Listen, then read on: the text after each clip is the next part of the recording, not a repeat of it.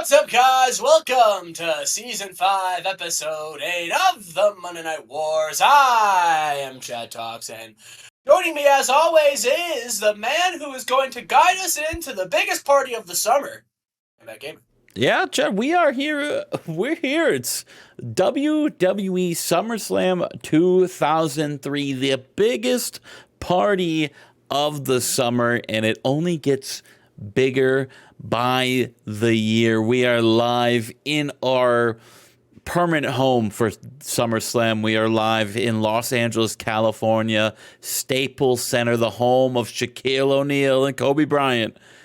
Live here for WWE SummerSlam, one of the Fed's biggest, one of my biggest shows we do every year. It's Rumble, it's SummerSlam, it's Mania, the big three, and this one is probably the biggest of them all because we are headlined by a main event match people were dreaming about when we started this save. We started this save 7 years ago, and they said, I wonder if we're ever going to get a Masawa-Shawn Stasiak match, Chad. And tonight, all those dreams come true. The ace against the disgrace. Masawa and Stasiak headlines SummerSlam here tonight. You can see some of the other matches on the card, including Edge, Latin Lover, The Undertaker, and Stone Cold reignite that rivalry that we know and love. And Ric Flair gets one final shot to become world champion, but he takes on the beast, the genetic freak, the one-of-one Brock Lesnar. 9 big matches. Sorry, there was one that was not pre-booked. 9 matches tonight here on the card. Let's get into it, but let's look back at some old SummerSlams, Chad. 1999, back when we did it at MSG, Madison Square Garden. Some big matches happened. Shawn Stasiak and Ken Shamrock in an MMA match. Wow. The Rock and Austin. Wow. Christian and Edge, Booker T, Triple H. Eddie Guerrero defeating Owen Hart in a last man standing match. Wow. That's crazy that match happened in 99, and we have a Guerrero versus Hart tonight on this card as it's Teddy Hart and Chavo Guerrero going one-on-one. In 2000, SummerSlam, a massive card. El Hijo del Santo over Eddie Guerrero. Kid Cash over Road Dogg. Mystico retained his light heavyweight championship. Randy Orton defeated Kurt Angle. Mark Henry defeated Jeff Jarrett. Brock Lesnar defeated Shawn Stasiak in the Hell in a Cell match, which sidelined Shawn Stasiak for 8 months. The Undertaker took on Bam Bam Bigelow. That's crazy. What the fuck? I don't remember that. And our main event, Rock and Jushin Liger. Wow, that's great. Harlem Heat were in the co-main? Oh, SmackDown Tag Division was the drizzling shits in early 2000. Holy moly. 2001, the main event was Brock Lesnar and Triple H until Rikishi cashed in the King of the Mountain briefcase and became the first man to beat Brock Lesnar and won the WWF World Heavyweight Championship. We also saw Stone Cold and The Undertaker in a Hell in a Cell match. We get them one-on-one tonight. And last year, Chad, a 100 overall rating. We saw the likes of Chris Hero over Scott Steiner, Chyna over Chad Collier, Cactus Jack over Kid Cash, Arn Anderson and Team Slaughter defeating La Resistance in the parking lot brawl match. Holy moly. Steven Richards over John Cena, the big win that elevated Steven Richards to stardom. He's now the U.S. champion. He defends his belt against B.G. James, the winner of the Summer Sizzler tonight, Chad. Final bosses over Undertaker and Kane in the main event, Chad. The main event last year, Kurt Angle defeated Chris Jericho to retain the interim World Heavyweight Championship. Brock Lesnar in an Hell in a Cell match. It's kind of like SummerSlam lore. Yeah, of but not course. It's tonight. like, No Hell in a Cell match tonight. The first SummerSlam in 4 years to not have one. But let's get into the show, Chad. We got a lot to deal with. Let's just start off. Oh, don't look. That was a long time. On Monday Night Raw, Chad, John Cena last month came oh so close to beating Brock Lesnar for the WWE World Heavyweight Championship. And John Cena, the first week after that, cut a babyface promo saying he was going to come back. This is not going to stop him. He'll never back down, never give up. And these two punks, Rhino and Chris Sabin, have been mocking him, Chad, have been mocking John Cena for the last few weeks. So tonight on the pre-show, John Cena challenged them to a 1-on-2 handicap match on Raw tomorrow night. John Cena and Chris Sabin in the ring together? Ooh. Look, Chad, even though they team up next week, this is still the pre-show, Chad Collier is still yapping. He's still yapping in Chris Jericho's ears about conspiracy theories, not only in the WWE, but in the world around themselves. And Chris Jericho finally snaps it. He tells Chad to please shut the hell up. He's only teaming with Chad because they have a big match against Legacy, Dean Malenko and C.W. Anderson on Friday Night SmackDown. But he's not his friend. He doesn't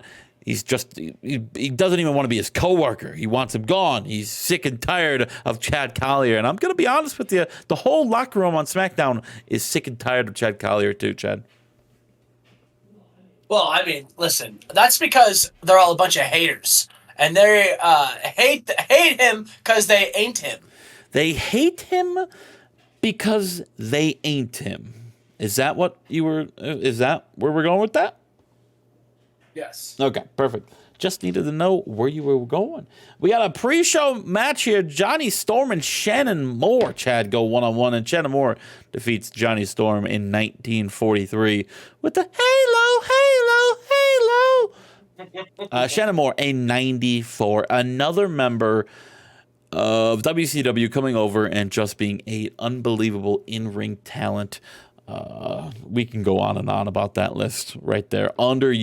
List in the comments your top 5 favorite underutilized WCW guys that came over to the WWE. List your top 5 in the comments section below. Chad, who's your number 1? Perfect. Thank you. And Kurt Angle and Triple H, Chad. Kurt Angle in the last few weeks has decided to start training for the Olympics again, Chad, with his newfound friend, a man that he thought he had no common likes and common interest in, as Triple H. The Power Trip is what I'm calling them. Kurt Angle is training for the Olympics again, Chad, but Triple H, he's training for the World Heavyweight Championship, and he's got his eyes all over SummerSlam in the gym tonight as they're in Atlanta, Georgia, but we're in the Staples Center in Los Angeles, California. As we get into the show tonight, these are the two big matches, both titles on the line. Stasiak and Masawa, Ric Flair, Brock Lesnar, the ace versus the disgrace, and the last dance, Ric Flair's final opportunity to become a 14-time World Heavyweight Champion. But we start off with the security crew, Chad, putting ladders and putting chairs and putting tables around the ring because we're getting ready for a TLC match. And it wasn't on the pre-book, and this is the match we're talking about. It is a 2-on-2-on-2. The SmackDown Tag Team Championships are on the line as Paul London and Brian Kendrick, excuse me. Oh, fuck, I spoiled Sergeant Slaughter. Sean Daivari and Muhammad Hassan interrupt the opening broadcast promo, spewing stuff about how California is the worst place they have ever gone to. It's just a bunch of self-centered, ignorant, egotistical pricks. And this land of America, this is the American dream. Look around you, you pigs, you rats. Muhammad Hassan and Sean Daivari, they crap all over America until America's legend, Sergeant Slaughter, comes out, Chad, and beats them down. to the happiness, to the grin of the crowd, the sold out crowd here in Staples Center, and that is how we're getting the show started. Nice. Good. USA! USA! USA! Back to what I was talking about. The staff continue going on their way. They are setting up the TLC match between the London and Kendrick, the SmackDown Tag Team Champions, London and Kendrick, the Basham Brothers, and the Dudley Boys, Chad. Over the last few weeks, we had tag team matches between the Bashams and the Dudleys to determine number one contenders. One week, the Dudleys won, but then the Bashams complained to Eric Bischoff saying they cheated and they should be getting a rematch. So Eric Bischoff, he bit his lip, he folded like a lawn chair and gave the Bashams a rematch. In that match, the Bashams actually did cheat to beat the Dudleys. So they were tied 1-1, and Bischoff had enough. He said, you know what, fuck it. We're going to do this rubber match in a steel cage where you guys can't cheat. No using chairs, no using tables, no more shenanigans.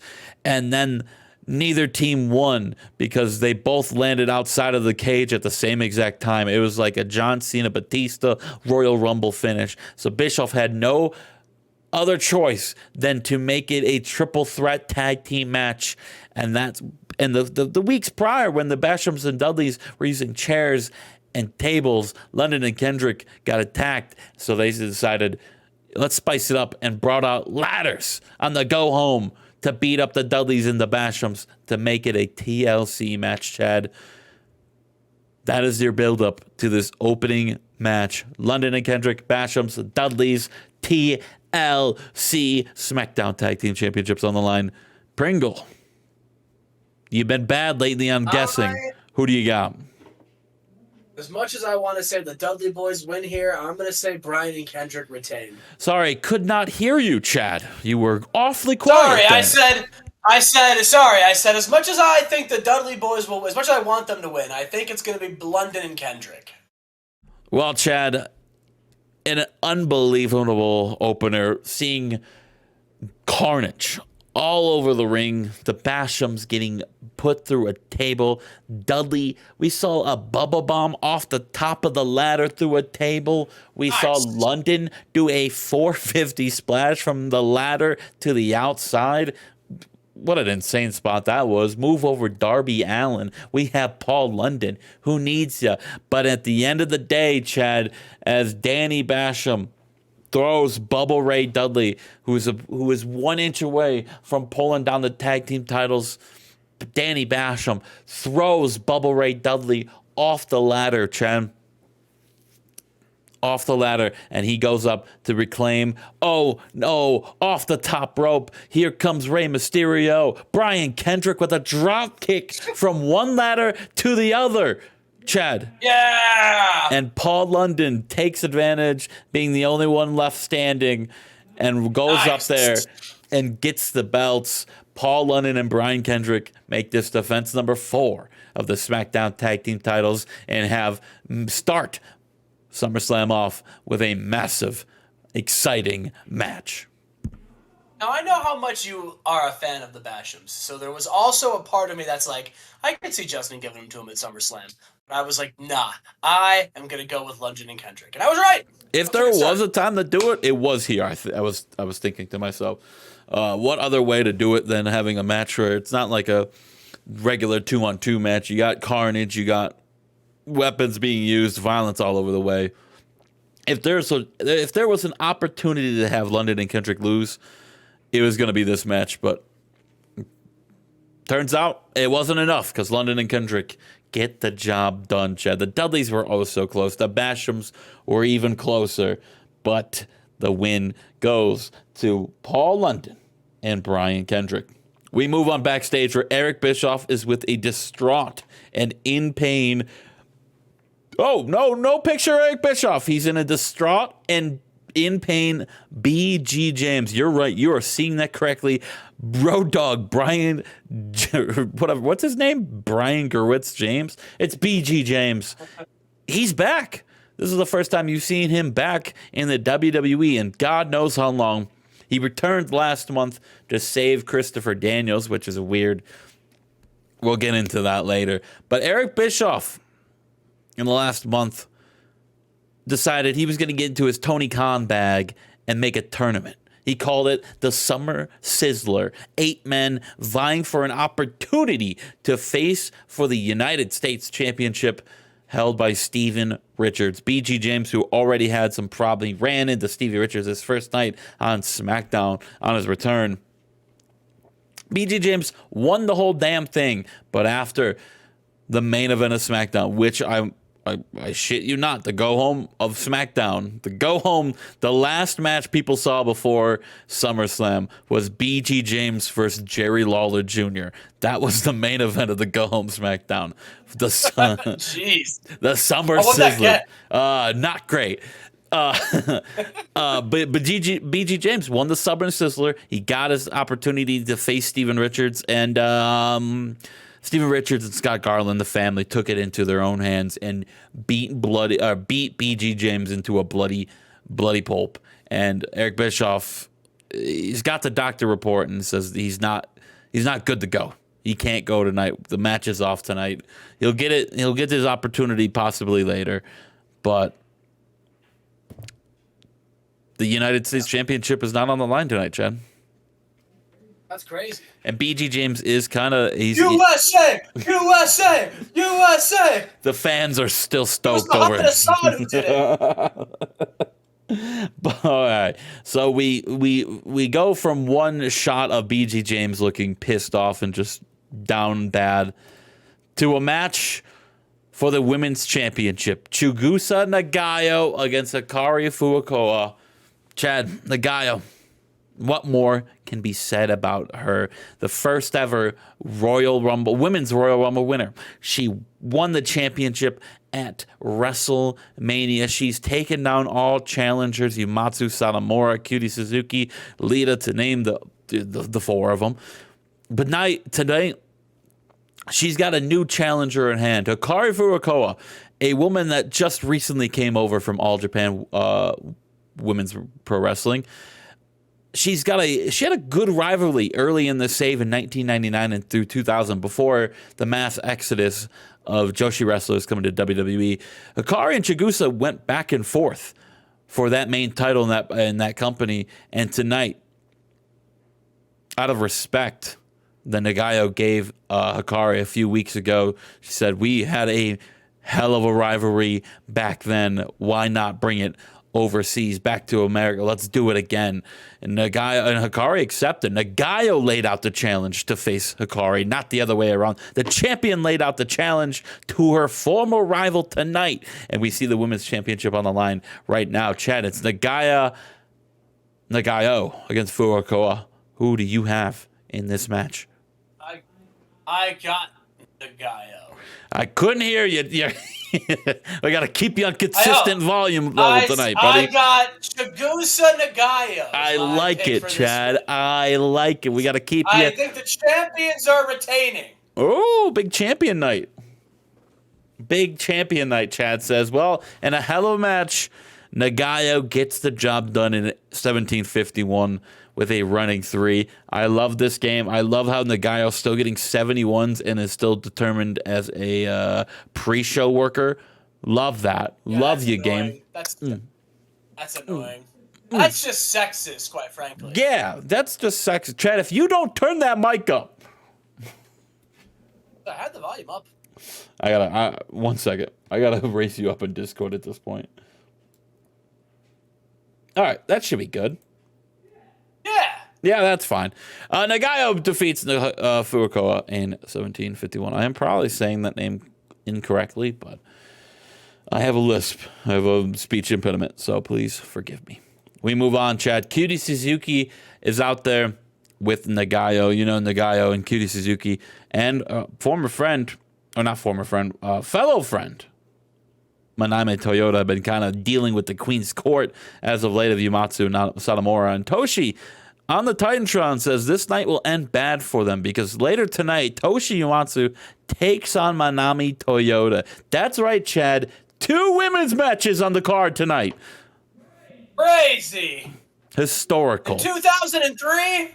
Historical.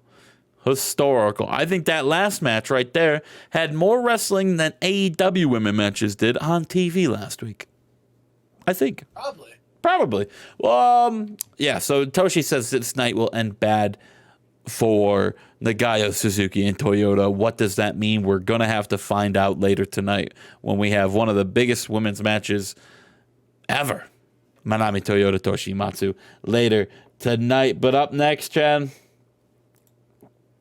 Raw Tag Team Championships are on the line. What more needs to be said about this team right here? Again, and in this whole rivalry, really, in fact, the Awesome Lovers, Chris Benoit, Mike Awesome, and Latin Lover have kind of taken Raw by stranglehold. And not by storm, by stranglehold.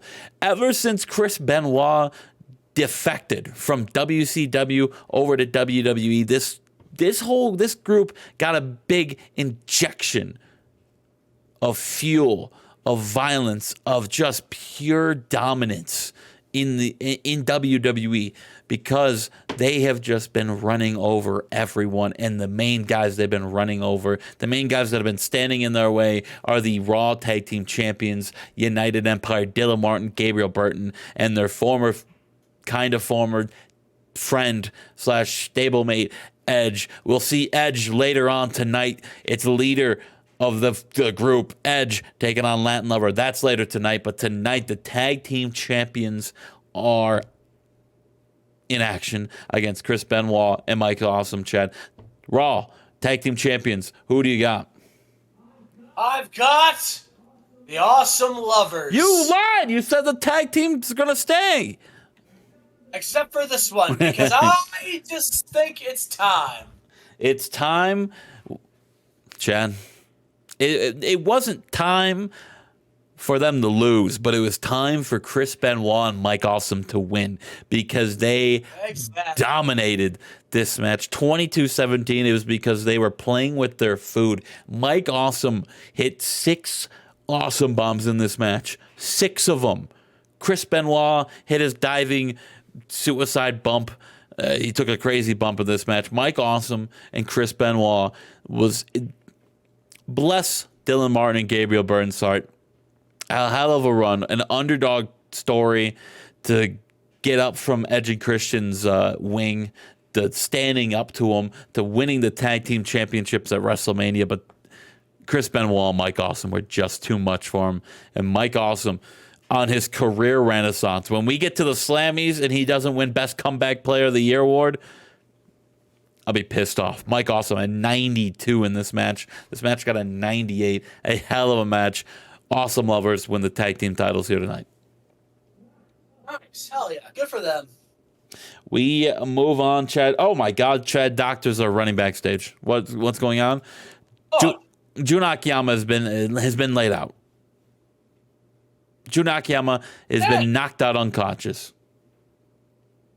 What the hell's going on back there? I don't know. No one. We're going to try to see if we can find footage. Maybe security cams caught what happened. But as of right now, Jun Akiyama is laid out, and no one knows what happened. But we have to go to our next match, Chad.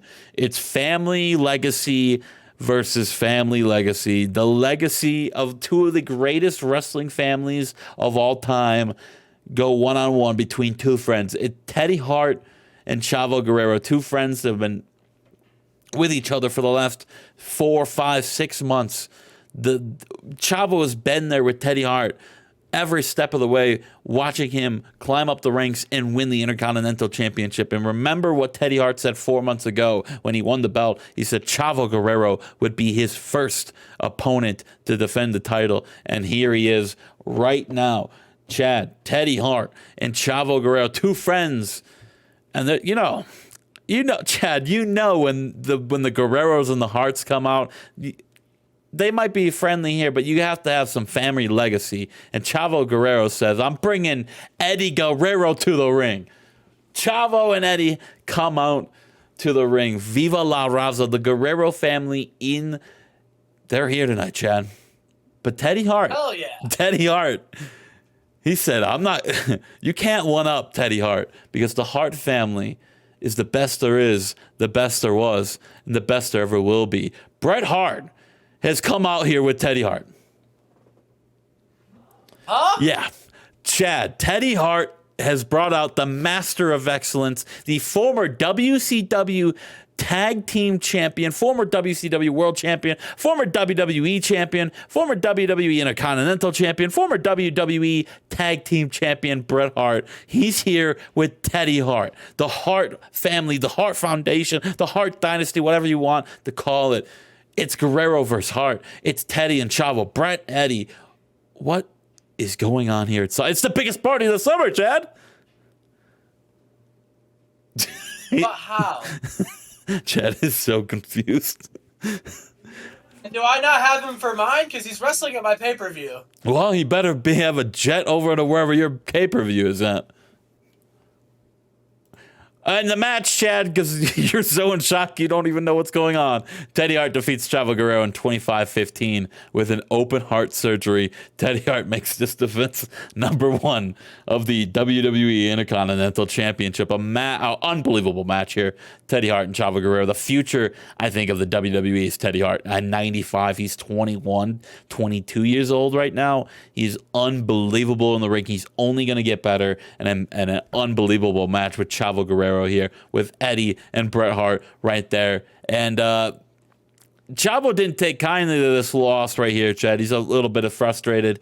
Teddy goes for a hug, and Chavo kind of pushes him away. And then kind of a brawl happens after the match. The Guerreros beat down the Hart family post-match here, Chad.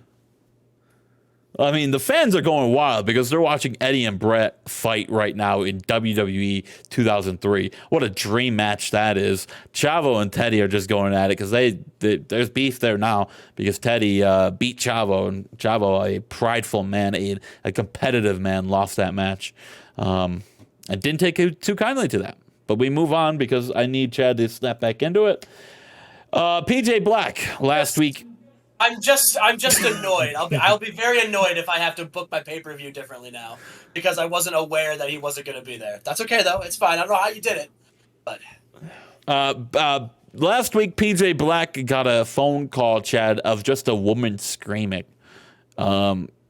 Reminder: 3 months ago, at this point, Stephanie McMahon was abducted and kidnapped by The Undertaker and Kane, and PJ Black lost that match for Stephanie's life and kind of just got blackballed by Vince McMahon at that point and just got told to go home, take your ball and go home. Last week, though, we saw PJ Black get a phone call of a woman screaming. Tonight, he gets a text with just an address. What does this mean, Chad? Who knows? We're going to have to find out, Chad. But up next... Is Trish Stratus here? Is that what's happening? Is that... Up next, though, Chad, it's time for one of your main events. Ric Flair is coming out to the ring, Chad. The Nature Boy, one of the greatest to ever do it. 14-time world champion Ric Flair. Or 13th time. He's not. He's trying to compete for 14. The Nature Boy. He lost at WrestleMania. He won the battle. He won the Royal Rumble to face off with Misawa at the main event of WrestleMania. He came oh so close, but could not get it done. On the first week of Raw this month, there was a battle royal to determine the #1 contender. And Randy Orton seemed like he won it. He eliminated everyone until last second. Ric Flair was shown on the replay that he only went through the middle rope. And he came back in and eliminated Randy Orton to win that #1 contender shot. Randy Orton would proceed to next week break his leg. So karma comes, karma goes. Ric Flair, though, has a shot here, Chad. He said 2003 might be it for him as a full-time professional wrestler. And this might be literally the last shot that I ever get. And he's going to make it worth his while. But Brock Lesnar, I mean, what more can be said about this genetic freak, the one of one, a man that won the title back at WrestleMania? He's a 3-time world champion, a 1-time Royal Rumble champion. He killed Shawn Stasiak. And he's got a match with one of the greatest legends of all time. It's probably the future Hall of Famer against the first ballot Hall of Famer. Ric Flair against Brock Lesnar, Chad. WWE World Heavyweight Championship on the line. Who do you have? Brock Lesnar. I thought you were going to say Bret Hart. No. Well, Chad, the finish to this match, Brock Lesnar F5's Ric Flair. 1, 2. Ric Flair kicks out. Nice. He's not going to go. Really funny. That was it. He's not going to go down. He's not going to go down like that. He picks Brock Lesnar picks him up once again, puts him on his shoulders to F5 him, and Ric Flair. When they're closer to the ropes, sometimes. A hooded man, not even a hooded man, a man jumps onto the apron and pulls Ric Flair off of Brock Lesnar's shoulders. Who is that man, Chad? Brock Lesnar turns around to ask himself that same question as the referee is tending to I don't even know what the referee is tending to at this point. Brock Lesnar turns around to ask, who just fucking did that, and gets hit by a guitar. Jeff Jarrett has struck Brock Lesnar with the guitar that he always carries. His Grammy-winning guitar hits Brock Lesnar, throws Ric Flair back in the ring. Ric Flair, 1, 2, 3, is your new world champion. That's what I call a smash hit. Chad, the last few weeks, this was something I could not tell you about with storyline-wise, was Jeff Jarrett and Brock Lesnar feuding. About Brock Lesnar warning Jeff Jarrett, do not cash in on me. I will kill you if that does happen. I will literally murder you, Jeff Jarrett. I will send you, not to WCW, I'll send you to Ring of Honor. I will murder your body. I will murder your career. I will murder your music career. I'll murder anything I have to make sure you understand the point of not cashing in on Brock Lesnar. And Jeff Jarrett says, okay, Brock, I got you. I understood. Loud and clear. Jeff Jarrett causing Brock Lesnar to lose the WWE Championship now. Chad, Jeff Jarrett here. Fast count. Tim White. Yeah, I didn't mean for that to happen. I was trying to do a, I guess a screwy referee finish. Yeah, because he was knocked out. That's what I was trying to put in there, but the game sometimes. Chad, Jeff Jarrett could cash in on Ric Flair right here, right now, but decides not to and leaves the ring. But Ric Flair, 14-time world champion, Chad. He gets it done. He gets it done. Ric Flair is your new world champion. And we move on, Chad, to our next match. Edge comes out to the ring. The storyline is basically the same as the earlier feud of the Dylan Martin, Gabriel Burton, Awesome Lovers tag team match. These three guys, 2 teams of 3, have been kind of just feuding over the last 4 or 5 months. Edge wanting to turn his attention back to Dylan Martin and Gabriel Burton, but Latin Lover would not let him, as he had continuously berated and mocked and attacked Edge week after week after week after week after week until it led to this match here tonight. It's Edge and Latin Lover, Chad. Not even our co-main event. We got 3 more matches after this. I know you're getting restless. I can hear your legs shaking. I know you're asking yourself, Justin, is Latin Lover going to win? What's going on with Bret Hart? What's going on? Who do you got, Chad? Latin Lover. Oh, okay. Why? Simply because I think the Awesome Lovers momentum will keep up. Edge has been a worthy wrestler for WWE for a long time with that deadly missile dropkick. But I think Latin Lover, I think it's his day. Chad, after missing the missile dropkick, Latin Lover he rolled him up, handful of tights, cheated right there after a back and forth one-on-one match missing the missile drop kick and getting a handful of tights schoolboy pin, Latin Lover cheaps his way out of a victory over Edge here at WWE SummerSlam. That rat bastard. I'm getting angry now, Chad. I'm getting angry. Are you getting angry? Oh yeah, I'm fired up. Edge. I can tell. How could that you happen sound to Edge? fired up. That sounded like Dean. You sound like Dean Malenko. How could Edge? How could that happen to Edge? Speaking of getting edged and edging, we got 3 more matches. We got another main event. Chad, when they start making DVDs of WWE rivals, the first episode is going to be Hulk Hogan against Andre the Giant. Cold and the Police. But the second one is going to be Stone Cold and The Undertaker. Stone Cold and The Undertaker is our era's Rock and Austin, because these guys have been feuding for years. 4 years. The man to break the streak. If you remember, Chad, the man that broke the streak at WrestleMania, Stone Cold Steve Austin. Yeah, true. The man that beat The Undertaker in Hell in a Cell. Undertaker's had a blood oath ever since. That is exactly. The Undertaker has had a blood oath. The Stone Cold disappeared for a good chunk of time. I think we can be open and honest with that. He had to find himself to come back, and he did. He righted the wrong. He found Jesus. He's back 100%. He still loves beer, though. It does not matter what his religious background is. He will drink beer. Oh, what? Give me 1 beer. What? 2 beers. What? Stone Cold came back a few months ago, defeated Dean Malenko, who was sick and tired of being passed over.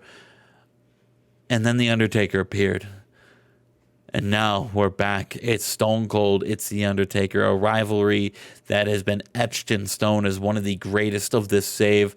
One of the best to ever do it. Stone Cold and The Undertaker, Chad. One more time. Who do you have, Chad? I have The Undertaker. The Undertaker. Well, Chad, Stone Cold. Make tap out. Submission. Stone Cold in the middle of the ring makes The Undertaker tap out. The Stone Cold leg lock. Put him in the Boston Crab. Put him in the single leg armbar. Single leg armbar. Okay. Yeah, single leg armbar to make him tap out. Stone Cold, Chad. Seems to me like he's fully back, defeating The Undertaker. He is exactly where he left off, Chad, because he left off 1 match, 1 week away from being fighting for the WWE Championship, and now he beat the man he was supposed to beat 2 years ago for that championship. Stone Cold has defeated The Undertaker here and SummerSlam, but now that leads us to our co-main event, Chad.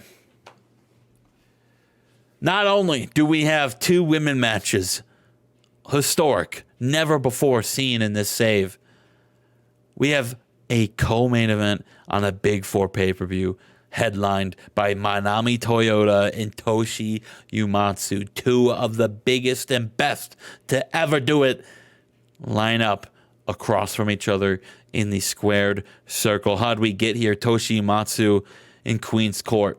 It was Uematsu, Nagayo, and Satomura. They were running shit until Nagayo won the Royal Rumble. Until she became the women's champion, and that rubbed Uematsu the wrong way. And she turned to Nagayo, and she's taken the women's locker room by storm. Her and Satomura have been kind of wrecking shit for the last 3 months. Toyota, though, on the other hand, was one of the OGs from the WWE Women's Division revival back in 1999, 2000 era. She was one of the best to do it. But then, Chad, what had happened? Where did she go for a couple years?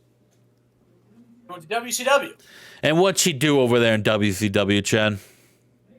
Made herself a star.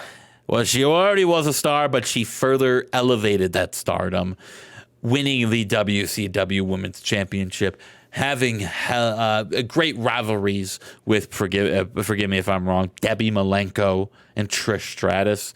She had great matches over there until she fell in some dark times. She got into a little substance abuse. And she came back home, back to the best. we can probably argue this. WWE might have the best resources and facilities when it comes to helping people out with their substance abuse issues, and it showed. We have seen plenty of people. We're watching Mike Awesome, who couldn't keep a job for the first 4 or 5 years of the save, couldn't keep a job anywhere. He's clean as a whistle now.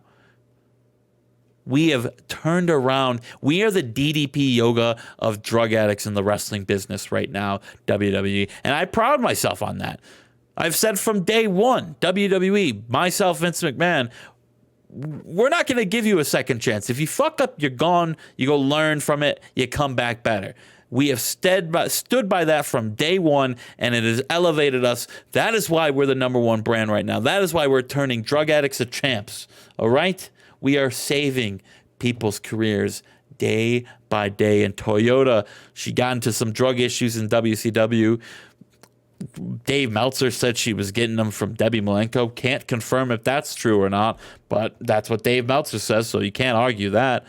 And now she's back home, and she's in a match because she debuted last month, and now she's with Yumatsu, a woman, the leader of the Queen's Court, against the woman that says she's going to take back the women's division, free everyone from it. Toyota, Yumatsu, co-main event, Chad. Who do you have?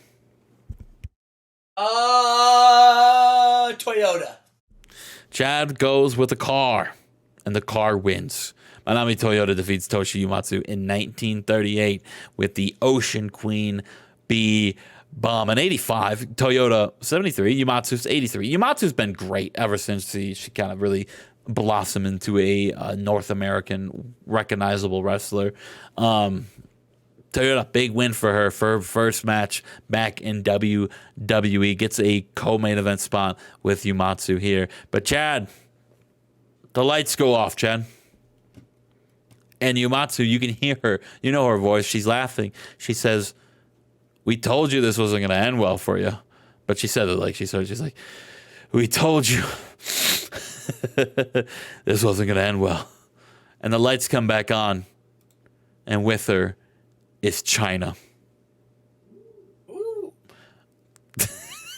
Thank you for the woo.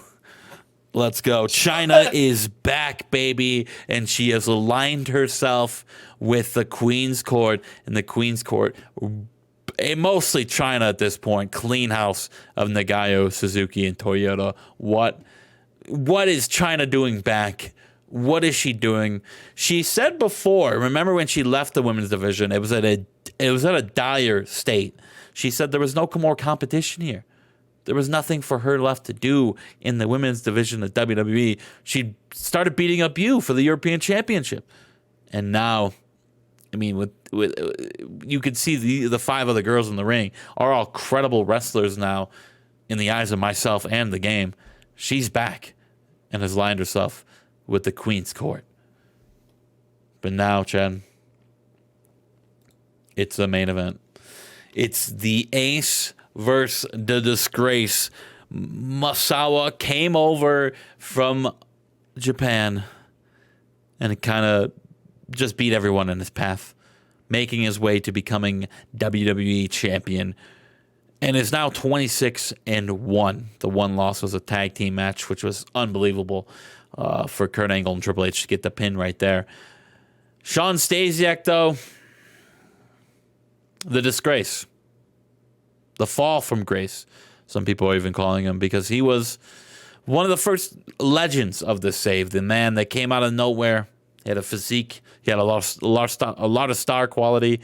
And we made a title for him. We called him the WWF title, Stasiak title.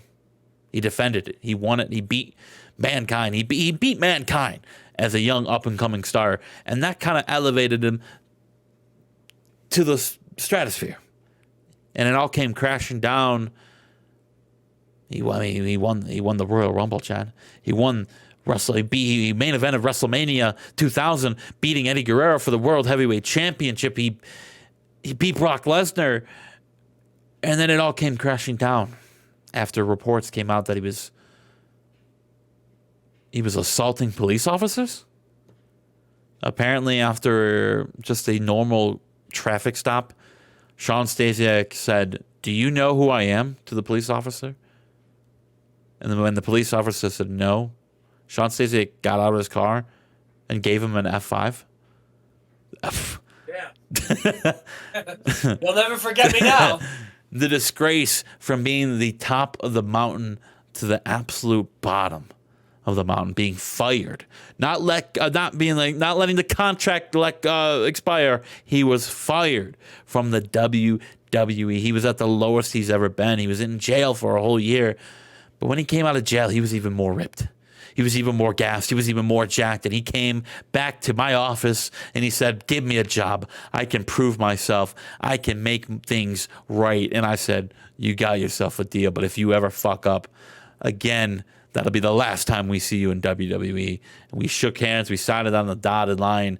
And at Judgment or Battleground, Sean Stasiak made his re-debut 16 months later after being fired.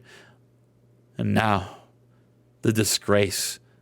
He's taking on the ace, Misawa, a man who has never lost in singles action in WWE. The championship is on the line, Chad. Misawa has held the belt for 14 months. Is tonight the night he loses it to the man who had it all and lost it all? Can he regain it back, or will Misawa ride another mountain, ride another wave, and retain his championship? Misawa, Stasiak, the ace, and the disgrace. Chad, who do you got?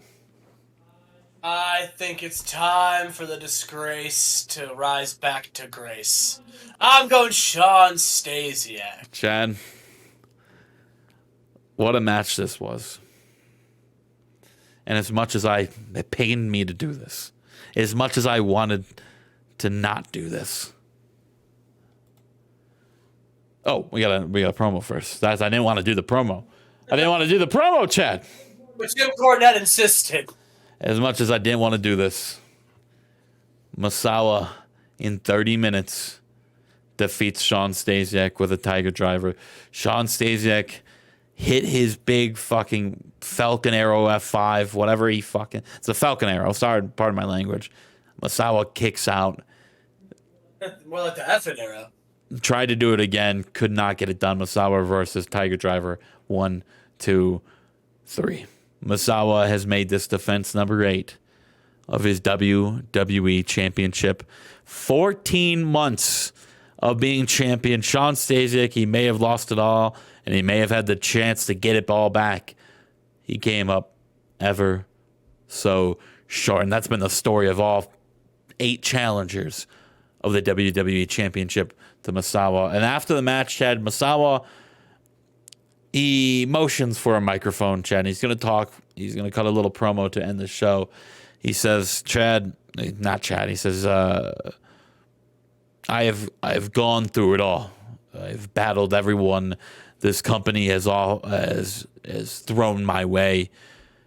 I've battled friends, I've battled foes, I've battled the best, I've battled the worst, I've battled anyone in between.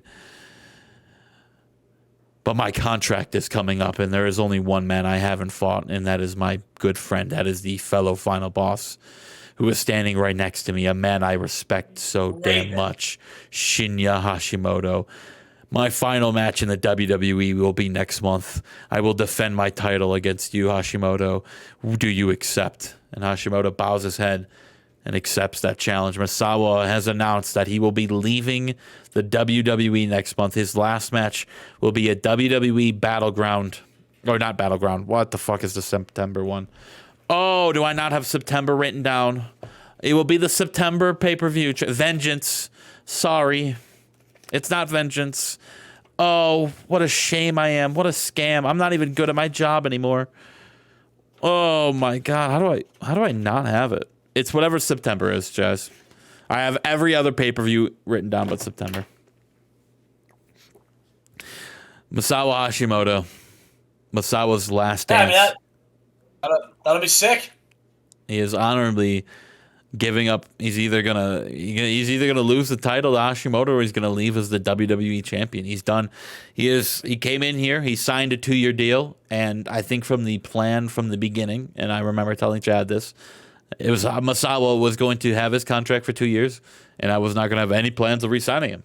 He was going to leave, and I was just going to let him go back to Japan, or if he wants to waste away his career, go back to WCW and beat Eddie Guerrero or something on the post show of Rising Sun. But that was the plan from the beginning. Masawa come in 2 years, do his thing, leave, and he's done. From the plan I had from him to right now has been the exact same from beginning to end. Come in and be the dominant guy to never lose. Will Hashimoto be the guy to beat him in September? We will have to wait to find out. But that is WWE SummerSlam. Usually you leave off with a happy note, but tonight it's left off of uncertainty and not knowing what the future holds for Friday Night SmackDown, because the ace of SmackDown will be no more in a month, and that will get me at 100. Nice, hell yeah!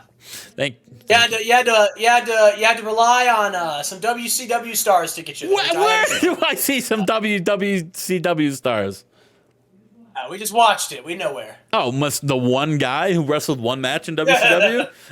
Yeah, that guy. It was a pleasure. Let's go see how many WWE guys main event your show this month at WCW. Not barely legal this year, Chad. What is the new name of the WCW? We are using Hardcore Heaven. Oh, I thought you decided on Guilty as Charged. I changed my mind again. You got to tell me before I actually make it in the game. What do you...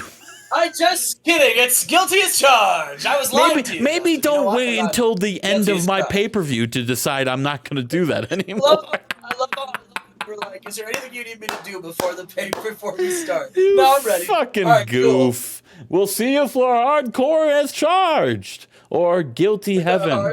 Whatever one sounds less perverted. We'll see you there. All right, everybody, that was the biggest party of the summer. Now get ready for the second biggest party of the summer. We have Guilty as Charged here, Justin. Are you ready? Let me check. Give me 1 second. Let me check my notes. Nope. Let me check. Right there. 11 p.m. March 5th, 2020. I'm ready. Yeah. So right there. Oh, yeah. Perfect. Can't argue. Can't argue the notes. Listen, we don't make the rules. We don't make the rules. This pay-per-view is the annual ECW tribute show. After you purchased ECW back in 1999. Yeah, in 1999. You've been running Barely Legal every year until this year, Chad. You've ran it in the Spectrum every year, which was kind of its home in Philadelphia, Pennsylvania, but you've changed your mind this year. You're running it in where? Brooklyn, New York. New York City, home of ECW. Yeah. No, but yeah, you've read it the Spectrum the last few years. We can go back. ECW Barely Legal when it was this last thing. Co-main event was Champagne and RVD over Buff Bagwell and Big Dick Dudley. So good thing they did get bought out. Your first Barely Legal was Raven and Scott Steiner and Ahmed and Taz. Ahmed beating Taz for the ECW World Championship should be a crime, I think. I think you deserved... At that point, we should have jailed you up at that point. 2000, Steiner Psychosis. Jericho Hogan got your first 100. Dean Malenko and Rey Mysterio. Daniel Shannon Moore. Yeah, big matches here. Big matches over there. 2001, Shawn Michaels, Sting, Goldberg, Regal, Ahmed, Bret Hart, Benoit over Dreamer. And last year, Chad, main evented by a fatal five-way match. Shawn Michaels over Benoit, RVD, The Big Show, and Samoa Joe. We had Devon over Bubba Ray Dudley in a backstage brawl. Big Daddy V won a match. Taz lost on an ECW show again, which should be a crime. And James Gibson defeated Tommy Dreamer. You jobbed out all the ECW dudes. In typical WCW fashion. Damn. All right, let's get into the show. Yeah, I mean, the only one that won was RVD, and that because he was in a one-on-one match. Chad, give me a little bit of backstory into this show. Give me like a 2-sentence trailer of this pay-per-view you have in store for us. I think the story of this pay-per-view is family squabble. Okay, so all the matches will be about a family squabble. Well, that's just the main event, not so much every match. Okay. All right. I said, describe the whole show, and he said, family squabble. Oh, just one family segment. Squabble. Let's get into it, Chad. Sure. Okay, so we have here our pre-show match. Now, in the weeks leading up to this, Great Khali had joined the Buried, and ever since he's joined the Buried, anytime Great Khali is in a match they've won. And anytime Khali, has not been involved in these matches, some of the other members have been struggling.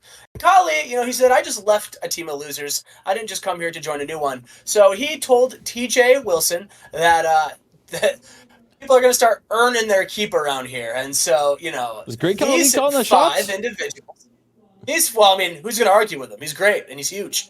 But these 5 men are now all fighting, and the only person who's going to stay in the Buried afterwards is the man who gets this victory. And as we see here, York defeated Seidel, Steen, Stretch, and Aries when York pinned Stretch with a frog splash. Chad, do you want to know how bad they are struggling? These guys? Bad. I have their win-losses written down right here. Nice. Kevin Steen this year is now 3-10. Matt Seidel this year is now, including this match, 0-8. Aries, including this match, is 1-5. Stretch is now 7-7, and Christian York is now 8-4. Oh man, well, that's what I'm saying. Like clearly some weak links here that needed to, and York has picked up the victory here. So now, Justin, Steen, Seidel, Stretch, and Aries are out of the group. Shots. TJ Wilson won this fucking show, did he not? He did. And he just got bullied over by fucking Khali? Yeah. Okay. All right. Makes Actually, TJ Wilson look like Khali win? No. No, it was TJ Wilson. It was definitely TJ Wilson. Definitely TJ Wilson. That's crazy that happens. That kind of reminds me of Rock and Roman right now. That's why TJ Wilson started doing steroids so he could bulk up to Great Khali. Oh yeah, that's spoiler alert. We are backstage. Owen Hart is warming up. Of course, him and Bret Hart are scoring off against the Harris twins in a rematch for the tag team titles. Owen Hart is backstage getting ready, and Rick Martel he walks over to him and he shows him. He says, "Hey, I have some weird news. I got a call from a friend who's working somewhere else tonight, and there's somebody backstage that I think you might want to know about." And Owen's like, "What are you talking about?" And then he whispers in Owen Hart's ear, and he says, "What do you mean Brett's not here?" And then we go to the next segment. Where's Brett? I thought the something shocking was that Rick Martel retired. He's officially retired from in-ring wrestling. So yeah. Rick Martel. That was a road agent. He's full-on road agent. Chad, give me your favorite Rick Martel match in this save. Oh man, I don't have one. You want to go? You don't want to go over them, do you?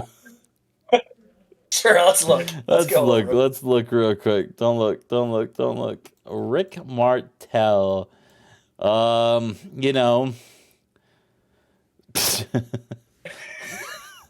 Obviously, Too Cool versus Disco Inferno. Rick Martel is my favorite.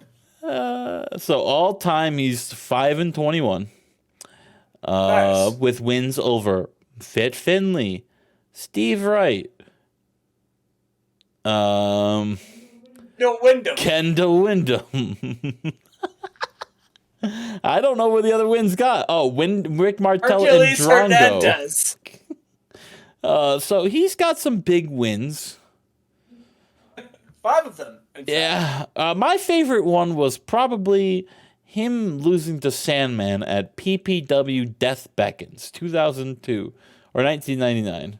That's a good match. That's all of our favorites. That's all of our favorites. That's, yeah. That or La Sharka. Or Six and Jack Lamore defeating him and Jamie Noble. What? What happened there, Chad? Happened on Nitro too. That's all right. Continue. All right. We have our another pre-show match. We've got the world's greatest tag team taking on Candido and Travis Tomko. Tomko and Candido have been, quickly climbing the tag team ranks, and they called world's greatest tag team. They said you should change your name to the second world's greatest tag team. And Justin, they squared off in this pre-show match, and Chris Candido, he did cheat, but they did pick up the victory over the world's greatest tag team. They did, because I think it was last week on Night Thunder, where the world's greatest tag team got a submission victory over these guys. So, calling them, yeah, they're 1-1. They are 1-1. Travis Tomko, a 45.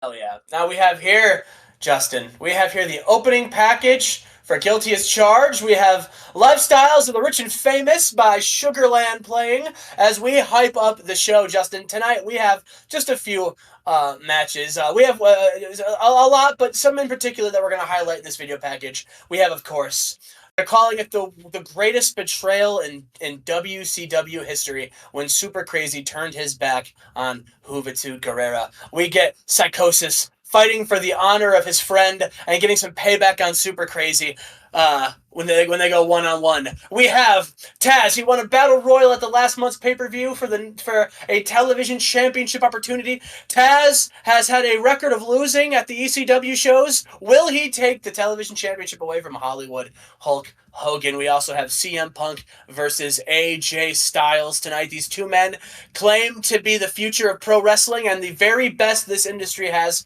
to offer. Tonight they go one-on-one to see just who is better. And tonight, our main event, Rock has told Rikishi that he has disgraced his family time and time again, and he's sick of it. And tonight, Rikishi needs to fight for the honor of his family. The Rock will put the Universal Championship on the line. Can Rikishi become the new head of the table, or will The Rock prove once again why he is the people's champion, Justin? We the have squabble. That and much more in store tonight. Yes, the squabble.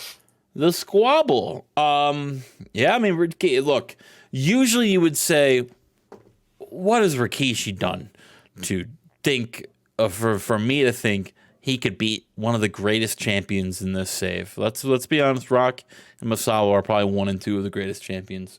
You could flip and flop which one you want to be the number 1 and 2. I'm just saying Masawa didn't get hurt and have to relinquish the title, but, bygones be bygones. Rikishi has defeated Brock Lesnar before. He is a former world heavyweight champion in WWE, so he is a, he may have not done, he might not have a lot to his name over the last probably year and a half, but he is a former world champion. He's a member of the family of Samoan bloodline heritage of The Rock. I mean, Rikishi's got a shot here tonight. Yeah, I mean, listen, the Rikishi, he was taking a lot of verbal abuse from The Rock, being berated week in and week out, as The Rock has been embracing his, he still insists that he's the people's champ, and he knows what the people want, and what the people want is a healthy, functioning family. He says finally The Rock is going to prove why his family is he never says bloodline, but that his family is the real well, it's because we got it family, trademarked over in WWE. And that's simply because, The Rock has been dominant. And, Rikishi finally, after the beratements, he had enough. And during the contract signing on the weeks leading up to this show, Rikishi actually hit a stink face on The Rock, and much to his own embarrassment, and to The Rock's embarrassment. I loved it. But tonight, they go one-on-one. I was front row. I was catching strays. Oh, yeah. But first, the big announcement. It was advertised all week. We had a big all month, we had a big announcement that was going to be revealed at this pay-per-view. Ted DiBiase and Roddy Piper, the general managers of Nitro and Thunder, are in the ring. And Ted DiBiase, he says, Brooklyn, New York! First of all, I just want to say what a great show we have in store for you. We're very excited to bring you Guilty as Charged. I know Roddy Piper has a lot of things cooking with his Thunder guys, but we have a big announcement that is going to involve both brands, so I felt like it was only fitting that I show up tonight to deliver this news alongside Roddy Piper. He says, as you all know, every single year, the biggest show in pro wrestling, Starrcade, the main event every year has been decided by a World War III match. Now this year, we think this is going to be one of the best years in WCW, and we want to continue to push the envelope and to do something new. And so this is why Roddy Piper and myself have come up with a new way to determine who will be the number one contender at Starrcade this year. Roddy Piper says, that's right. Starting right now, every single match is going to matter. Because you see, did they not matter at the before? match, they matter now more than ever before. Okay, Wins and losses will matter more than they have ever had before, because at the month that once was the pay-per-view that we would have World War III, instead, we are going to have ourselves a one-night playoff tournament. You see, we're going to have this a month-long tournament. The 16 best, 8 from Nitro, 8 from Thunder, with the best records squaring off. And the winner of that playoff bracket, the winner of this year's playoff, will go on to Starrcade to main event and face the world champion of their choice. So, I hope everybody in the back is ready to prove themselves, to make a statement, and to grab their opportunity. Because now more than ever, winning is most important. Good luck, everybody. We will see you at Starrcade. Just in the playoff. So do the matches? Because that happens in November, right? The month that the World War III match would happen is November. Yeah. I don't know if you forgot what it was, but it's November. It's November. The playoff brackets are going to take place, and then the final four of each. Yeah. The final four is going to be at the pay-per-view. So, how do people get into the top 8? Just, is it amount of wins? Is it winning percentage? Is it both? Is it quality of wins? What's going on here? Could Shark Boy defeat local guys for 6 weeks and be 6-0 and make it in? No, it's a little bit of both. It's winning, it's quality, it's quantity of opponent. So yeah, so that's a lot to handle for you. That is a lot to handle for you, Chad. Do you want me to keep track of everything for you? I think I got it. Chad, you booked the same match twice in a row, 2 weeks in a row with the same finish, and said whoopsie. But nonetheless, I'm gonna write it all down regardless. Even if so, we're gonna run it back. We're gonna look at yours, and then we're gonna look at the Spotify rap version of what you're. Cool. I like it. All right, continue on. But yeah. As we start here, we have our opening contest, Matt Hardy and Michinoku. You see, Michinoku's been looking for a new opponent for his Cruiserweight Championship match, and he bumped into Matt Hardy backstage when Matt Hardy said that, he was once a Cruiserweight champion, and, he felt like, he didn't represent that championship the way he deserved. He was a coward. He ran from a fight instead of running to it. And being on his own in the last few months after his brother got himself fired from WCW, he's really learned that I don't need to be I need to show basically that the WCW didn't get gypped with the worst Hardy, and Matt Hardy, he's been fired up, he's been motivated, and he wanted an opportunity at Michinoku. Michinoku, he said, you just haven't. No, yeah. My answer is no. And so Matt Hardy, he had some wins leading up to the weeks. He beat Jimmy Yang, and he beat Funaki, who of course have been two people who have been followers of Michinoku, learning from under him. And he won a number one contenders match to earn his shot here. And so now here we are, Matt Hardy versus Michinoku. Justin, can Matt Hardy win the Cruiserweight Championship once again, or will Michinoku's reign continue? Who do you got? I'm hoping for. Oh God, these are both guys right now that I think are floundering for different reasons. I think storyline and booking wise, Matt Hardy's been floundering ever since his little coward gimmick. Taka in a different way because he was just outed as a hardcore alcoholic, which is causing him problems backstage. So I'd rather want neither guy to win. I want you to strip the belt. I don't think either one of these guys is deserving of a Cruiserweight Championship right now, Chad. Well, I appreciate that feedback. As we move on to this match, we'll see if that happens. Damn. And about that had good wrestling in addition to the crowd. Michinoku defeats Matt Hardy in 1630 with a Michinoku driver after a run-in from Jimmy Yang and the attacked Matt Hardy. Michinoku makes defense number 5 of the WCW Cruiserweight belt. And Jimmy Yang and Funaki are in the ring. They're attacking Matt Hardy. Michinoku gets in the ring. And just when it looks like he was about to, add to the beatdown, Justin, as we move to the next segment, Matt Hardy has some backup. Of course, a man who's been feuding with Michinoku for the last few months. Great Sasuke with a steel chair in hand runs down to the ring, and Michinoku and his little lackeys, they decide, maybe it's time to retreat, and they roll out of the ring as Sasuke was coming in to fuck some shit up. That's crazy. Matt Hardy beat Sasuke 2 weeks ago on Nitro, so it's crazy that he would come in and help him. Yeah, he did. Yeah, he did. He respects Matt Hardy. Oh, he shouldn't. He shouldn't. We move on backstage. Oh God, here we go. Bobby Eaton, baby. We are backstage, the Eaton Empire. They're here, and Booker T says, "Suck up." Now that playoff announcement, it changes everything. Tonight, the Eaton Empire, we got 2 opportunities to get some wins and start racking up wins. And climbing up that playoff seeding. He says, tonight, the Eaton Empire, sucker, we were sending a message to Juventud Guerrero when Super Crazy finally proved why he was sick of living under that fraud's shadow.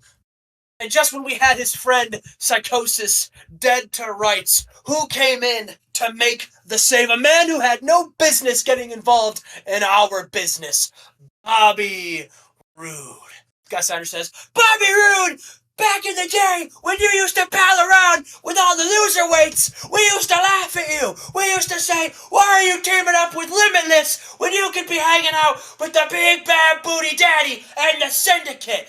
And now, the more things change, the more they stay the same. This isn't the Syndicate anymore, but damn it, Bobby Roode, you had the opportunity to right your mistakes and to not get involved, and instead you fought alongside that pipsqueak. So tonight, my friend Booker T is gonna show you why you don't get involved with our business. And that's a shoot. Sorry, Steiner's voice makes my throat hurt now. I'm getting old, brother. But yes, Justin, tonight we're gonna get Bobby Roode taking on Booker T. I'm going to go with Bobby Roode. Is that up next? Interesting. I don't think it's up next. Well, it's a damn shame that it's not, because I'm looking forward to it after that promo. But first, we see Bret Hart. We see Bret Hart getting in a jet, racing to the venue. Will he get here in time? Who's to know? Why do you have camera crews at my fucking show? This is Bret Hart's personal camera crew. He's filming his own documentary. Bret the Shitman Fart's got fucking camera crews like that? Yeah. Oh. Justin, making their way to the ring, Shaquille O'Neal is in Brooklyn, and he grabs the microphone and he says, "What's up, Brooklyn, why is he not everyone?" in L.A., where the home of the Lakers? We had Kobe he's there. a wrestler. Unfortunately, Shaq was here. But Shaq, he comes out tonight because he's got his next professional wrestling match against a man who loves to run his mouth, a man who calls himself the Truth. Now, of course, Truth was the first person to tell Shaq that he wanted to step to him and wrestle him, and of course, injuries got in the way, so his friend Steve Corino, his tag team partner, stepped in, and unfortunately, Steve Corino, he was unsuccessful in defeating Shaquille O'Neal, but Truth is healthy now, and he's looking to get a win against Shaquille O'Neal. Justin, who do you got? Shaq by 4-0 sweep. Nice. Yeah, come on now. Well, listen. Shaq did win, but during the match, Truth, he just intentionally got himself disqualified, hitting Shaq in the legs with the very chairs his tag team is named after. Justin, he begins to viciously attack Shaquille O'Neal with a chair, getting himself intentionally disqualified. You could tell Truth was not here to wrestle. He was here to send a message and to tell these celebrities to stop coming to his company to try to get, because he'll end your career, and he's looking to do that right here against Shaquille O'Neal, Justin. And as that beatdown is happening, we move to our next segment. I believe Steve Corino is also here to add to the beatdown of Shaquille O'Neal. No one comes to make the save. No, here, someone Justin. comes down to save. It's Jerry Buss, the owner of the Lakers. What do you say? Watch my meal ticket. Yeah, what the fuck? Oh, that was the attack angle. Down by Truth with chairs. Yeah, that was the right. attack angle. Cool. All right, then. Oh, hell yeah, baby. We are backstage, the NWO. Guys and Sable. Let's go, baby. Hollywood Hogan with his television championship, the Icon Sting and the tag team champions, the Harris Twins, with their manager, Sable. He says, "Let me tell you something, brother. I'm hearing about this announcement of this big playoff tournament, and let me tell you something. The NWO is going to once again prove why, no matter who's involved, brother, we are the dominant group, when we will once again rise back up these rankings, brother, win the playoff tournament, and what you gonna do, brother? When NWO runs wild on you on Starrcade, when we win that world championship." And listen, brother, the NWO, this is a team atmosphere, brother. This is about a family. All right, so listen here, brother. We already have tag team champions in the Harris Twins. I'm already the greatest television champion of all time, brother. And so you're asking us, can we coexist in this tournament? And that's yes, brother, because we all want the same thing. We want to win the Icon Sting one last world championship, potentially, brother. Whoa, where does this sound familiar? So we're going to enter this tournament, brother, and we're going to help achieve that goal. And once the NWO get all the gold, we'll once again have all the power. Justin, Hulk Hogan versus Taz tonight, and the Harris Twins versus the Hart Brothers. Okay, so who does Sting? The Hogan just cut a Sting is not wrestling anyone tonight, but when that opportunity comes, why the fuck did he say we're gonna get Sting to a title? Let us all wrestle. Well, listen. I mean, they we'll still get you in want the wins playoff, to prove brother. themselves. But he has to prove himself. He's the fucking Icon Sting. Because here's the thing: if they're able to get Sting those wins, and they're able to get wins themselves, and take away those potential wins from heavy hitters, maybe that means Sting gets a higher seeding. Yeah, but number one seed right now is Shaquille O'Neal, so I don't know what the fuck's going on. That's it stands right now, yes. Right now, the number one seed. I think you booked yourself into a shoot, brother. When I look back and Jimmy Yang's 6-1, and he's not in the top 8, and I have to vouch for Jimmy Yang. He might be. Who knows? Something's gonna happen. You're just gonna overlook something, and it's gonna be fucking Lash LaRue and fucking Matt Cross as the 1 and 2 seed. See. Yeah, for sure.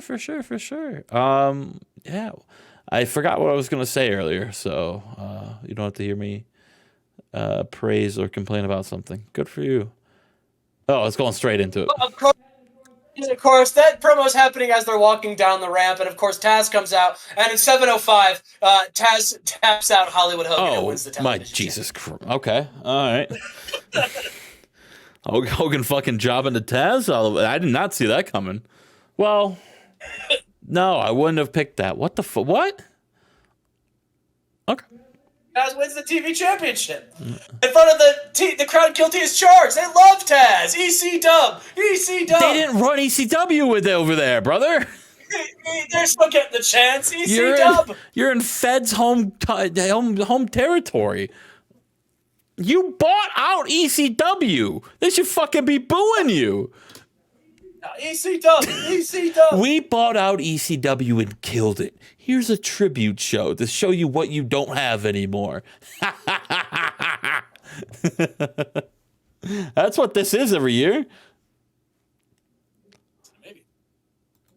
A nice tribute show to remember the past. CM Punk is here. He says, remember what we took. He says that announcement means everything because finally that means that I can just do what I do best, and that's be the best in the world. Now, I came so close to defeating The Rock. All right, I've had my mission since coming to WCW, and it's to prove that I am the best champion in the history of this company. I'm already one of the best TV champions of all time, but I'm not looking in the past. I'm looking at the future. And here's my opportunity. Now, tonight, I go against AJ Styles, a man who calls himself the Phenomenal One. And AJ, you are that damn good, but I'm better. And tonight, when I pick up my win and climb up those seedings, when it comes to that playoff bracket, I am going to beat anyone who stands in my way. And I hope The Rock pays attention, because if you're still champion by Starrcade, I will take that championship from you. But my road to Starrcade starts tonight when I defeat AJ Styles. Everyone. To our next segment. Oh yeah, Punk Styles tonight. Everyone is apparently the greatest TV champion of all time. So. Well, that's so Hulk Hogan is a self-pointed. Yeah, of course. He's a politicking, brother. Oh, here we go. Yes, of course. This is Booker T comes down to the ring with Scott Steiner and Bobby Roode. This is just the entrances. Bobby Roode makes his way down to the ring. We got Bobby Roode versus Booker T. Who do you got? Booker has become job guy. Give me Bobby Roode, please. I want the Bobby Roode push that was you were trying to make happen 11 months ago in game is finally happening now. So I think that's Bobby Roode. Bobby Roode. Bobby Roode. And it was indeed Bobby Roode when he hits Booker T with a Rude Awakening. During that match, Scott Steiner distracted Bobby Roode and almost cost him the match, but unfortunately for Booker T and Scott Steiner, Bobby Roode picks up the win here tonight. Bobby Roode out. I mean, again, another good match for Bobby Roode, keeping the win streak going, and another loss for the Bobby Eaton Empire. Hate to see it. Hate to see it from the kids, but a big win for Bobby Roode here. We are here. Owen Hart, he's in the ring, and he's backstage, and he's like pacing back and forth, and Jeremy Borash, he says, Owen Hart, sorry, I know you're stressed because your tag team partner isn't here tonight for your tag team match, but I've just been informed by Ted DiBiase and Roddy Piper, who are discussing what should happen here, right? And unfortunately, Brett, if Brett cannot show up, you will be disqualified, and the Harts and the Harris twins will retain automatically. And Owen says, JB, shut your mouth. My brother went over there to help one of our family. Because that's what you do. You help family. And Brett, he's going to do the same thing tonight. Bret Hart won't let me down. My brother will be here tonight, and we will win those tag team titles back from the Harris twins, and we will prove that we are the best tag team, because damn it, we're the Hearts, and that's what we do. So Jeremy Borash, I will see you later tonight when I'm celebrating my tag team championship victory. That was the best Owen Hart promo we've had since he's joined WCW. He's fired up. Holy shit, the kid's revved up. Let's go. AJ Styles, though, he's going to say. AJ Styles, he's backstage and he says, I heard CM Punk's words. And listen, CM Punk, you are one of the very best. All right, and trust me, I was rooting for you to face a Rock, but unfortunately, you came up a little short. But hey, CM Punk, that's fine because tonight you have the opportunity to send a message. But unfortunately for you, CM Punk, I'm a phenomenal one. I've been one of the bright spots of this company. This company has just celebrated some recent highs. This has been the best this company has been in a long time. But damn it, when this company was at the bottom, who put this place on its back and tried to make it the very best it could be? AJ Styles did that. Every time I come out here, whether it's wrestling in the cruiserweight division, having the match of the night, whether it's stepping up to former champions, AJ Styles is the very best, and I look forward to proving that once and for all when I beat you tonight, CM Punk, and start making my climb back up to the top of the WCW mountain. Oh, AJ Styles versus CM Punk. AJ's not wrong. I believe that match is next. When you guys were at your darkest times, who else was there? It was AJ Styles. Exactly. It is up next. Okay, I didn't realize it was up next like that. That's okay. CM Punk defeats AJ Styles in an arm triangle choke. Okay, yeah, I mean, all right. AJ, man, I don't get AJ anymore. AJ can't win the big one. People are starting to say that's the story of AJ. Is can he not win the big one? Is he in his own head? Are the haters? In fact, someone even says that are the people who criticize AJ Styles who say he should never have left the cruiserweight division. Are they starting to sound correct here? People are starting to ask. I don't think that's correct, as he is a former WCW Universal Champion, so something that 95% of the cruiserweights can't even dream about, being a former Universal Champion. But it seems to me, post that run, he has really just been there. He's held the company on his back, but what has the company given him in return? Nothing. He is just can't win anything or beat anyone, and it's tough to see because the AJ, one of the best to do it in terms of in ring, but he just can't get it done. Yeah. Oh, speaking of get it done. The Harris twins are in the ring with the tag team championship. Let's go, Sable grabs a microphone. Welcome back, baby. She says, every Brooklyn, New York, the greatest tag team of all time are in the ring tonight. And everyone's booing. They start a we want Brett chant. And she says, unfortunately for all of you, Brett doesn't care about what any of you want because he's not here tonight. So listen, out of the fairness of our general manager, Roddy Piper, he's given the Hearts one final chance to show up here. You see, if they can't answer a 10 count, then the Harris twins will have the forfeited victory and they will retain the tag team championships. Let's count, Brooklyn. 10, 9, 8, 7, 6, 5, 4, 3, 2, and then Bret Hart's music hits as Owen Hart and Bret Hart, to the loud cheers of the fans, they run down to the ring. Bret Hart made it in the nick of time. We have the Harris versus the Harts 3 for the tag team titles. Justin, who do you got? Before I answer, I think what bothered me about that Sable promo and why I'm glad she was off TV is why did she, it's a 10 count. You don't count from 10 to 1 on a 10 count. You count the other way, you dumb bitch. You dumb fuck. That's something that's gonna get, she's gonna get torched for that. Arn Anderson's gonna come back and beat her ass. Well, we don't approve of that, but you know what I mean. Medusa's gonna do it. Brother, don't.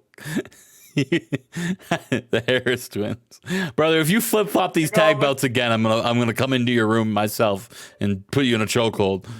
Now, Thank you. I will say, with the storyline of Brett coming at the last minute, I almost did give the Hearts the win, but I said, nope, we have a story to tell. So, yeah, Harris Twins retain.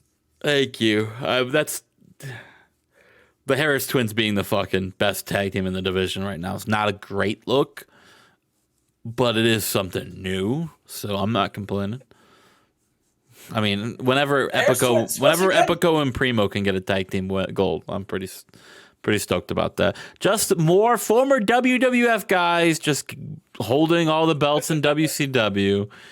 Lower mid card WWF guys coming over and being the best tag team in the division. That's crazy. Just shows. Big Show and Billy might argue that. Just shows you how good the quality is in WWF that the Harris Twins couldn't even crack a pre-show. But they're tag team champions beating Bret Hart over here. Crazy. I don't mean that, all right? I'm not being an asshole. I'm just making jokes. Yes, that's what we do. We But Justin, we have here family squabble. The betrayal of Juventud. After the betrayal of Juventud, Psychosis, he said in the weeks leading up to Super Crazy, I've never met a more selfish, ungrateful, disrespectful prick in all of my time in pro wrestling. That man, Juventud Guerrera, has brought you everything. How many tag team championships would you have held if it wasn't for Juventud Guerrera? He says, how you wouldn't even be relevant if it wasn't for Juvi. And he says, in fact, you wouldn't even be relevant if I hadn't left. He says, and that upset Super Crazy. Super Crazy, he tells Psychosis that he's overrated. As soon as he left, this place started to really succeed. And then he went over to the other place, and what did he do? I mean, really, in the grand scheme of things, WWE champion? WWE champion? I mean, fair. What's Super Crazy ever done? He did. He won the Cruiserweight Classic. Beat Eddie Guerrero at Mania. What do you mean he did? What did he do over there? Did you watch the product, Super Crazy? He says tonight, he's going to send a message to Juventud. If you're thinking about trying to get some revenge, maybe stay away, because he vowed to end Psychosis tonight. I mean, now I want fucking Psychosis to win just because of the disrespect of Super Crazy. That's my pick. Listen, as we all do. I mean, Psychosis has done it all everywhere. Oh, you son of a bitch! But unfortunately, tonight, Super Crazy defeats Psychosis clean in 1652 with the Crazy Bomb. Being him clean. Psychosis being a job guy over here, too? Being clean. What the hell? As that match is happening, Super Crazy, he rolls out of the ring, and he grabs the ring bell. And he rolls back into the ring, and he is about to strike Psychosis in the head with the ring bell. But then the lights go off, and when they come back on, Juventud Guerrera is there, and they start brawling. And eventually, Super Crazy, he realized, he says, not yet, and he rolls out of the ring to try to escape. But Juventud chases him as they head to the back. So, welcome back, Juventud Guerrero. We needed you. We need to put this rat back in the dirt where he belongs. All my homies hate Super Crazy. Exactly. Oh, and here we go. Family Squabble 1 to Family Squabble 2. The Rock comes down. Oh, yeah, we see the video package for this big epic battle. Of course, as I said earlier, with Rikishi hitting the stink face on The Rock in the weeks leading up to this. As The Rock, the whole thing started when The Rock told Rikishi, The Rock has a loss on his record because of you. When The Rock left our old place of employment, The Rock told you, Rikishi, family legacy's in your hands now. And what did you do? You got embarrassed by a damn rhinoceros. You embarrassed The Rock. You embarrassed The Rock's family. I'm the people's champ, and the people's champ, and the people deserve to have someone represent The Rock that they can be proud of, and no one is proud of you, Rikishi. And so The Rock has been, making Rikishi's life hell and telling Rikishi that he's not worthy of being a member of this family. And Rikishi vows to take The Rock's Universal Championship and prove to everybody why he is the head of this family. I don't think Kishi and Rhino ever happened. Yeah, Rhino beat Rikishi. I don't think it did. I think Kishi got hurt right before. I think he got hurt in the match against Rhino, if I remember. Oh, well, I thought at the very least, that was planned. That was supposed to happen. It's supposed to happen. Regardless, he definitely got. Regardless, the family turned on him and he embarrassed him. Yeah, yeah. You can say WWE, by the way. You don't have to say the other company. Listen. We don't want to get sued. I don't give a fuck. I say WCW all the time. As we head down, Rikishi with his tag team partner Joey Mercury, the only family he's got left, and even he likes The Rock, are heading down to the ring. As we get to The Rock's entrance, The Rock, and as he comes out of the ring, he is swarmed by members of his family: Chemo, Ekmo, Fatu, Megan Barbarian. They're back as they flank the People's Champion, The Rock. We have The Rock versus Rikishi for the Universal Championship hardcore match. Guilty as charged main event. Justin. Yeah. Did I miss when it turned into a hardcore match? Oh, I just forgot to say it. Okay, so everyone missed it. It was supposed to be a last man standing match. But Rikishi said while booking that he didn't want to do a last man standing match. It was too dangerous. I also think it was not enough time in the booking of the story to make it a effective last man standing. A hardcore match is still fun. Yeah, no, still I think that's perfect. Yeah, Rock. He's got fucking Chemo with him, brother. Rock's not losing with Chemo by his side. Yeah, right. And you are correct, as in an exceptional match, The Rock does indeed defeat Rikishi in a hardcore match and makes defense number 11 of the WCW Universal Championship. Before we go to the next segment, The Rock has a microphone in hand. What did he say? Does he say he's number one in the playoff bracket now? The Rock, no, he does not. People are booing The Rock, and The Rock says, the people can boo The Rock all they want, but what they should be saying is, thank you, Rock. Because you see, The Rock is the only reason why this company is even still around. The Rock is disrespected by you people booing him, and The Rock is disrespected by Rikishi. The Rock is the people's champion, and whether the people like it or not, The Rock is going to enjoy the ride I take you on. And then as The Rock is celebrating, The Rock says, The Rock is the best. The Rock is the undisputed Universal Champion, and The Rock has gone through everybody. There's no one who could beat The Rock. There's nobody on Nitro who could beat The Rock. There's no one in WWE who could beat The Rock. The Rock is, and then he's cut off, Justin, by music that we haven't heard in a long time, but the opening words to that song is... You're gonna hear me complain about this. Yeah. As Mick Foley is here! Mick Foley! He shows up to the surprise. He's here at Guilty as Charged. The former commissioner of WWE is here. What? And he doesn't say anything. He just stares The Rock down against the ramp as the fans lose it as we cut to black. Oh, man. We've already done Rock Foley before. What are we doing? We've never done Rock Foley here, though. Yeah, I mean, that is true. That is true. A 74. We got a 74. Hell yeah. We love it. You fucked that one up, didn't you, buddy? I guess so. The fans were annoyed at the amount of non-wrestling segments they had to sit through. Where? That's the highest of highs, and now back to the bottom you go. The Mick Foley. Mick Foley's a double agent. He's charged, everyone.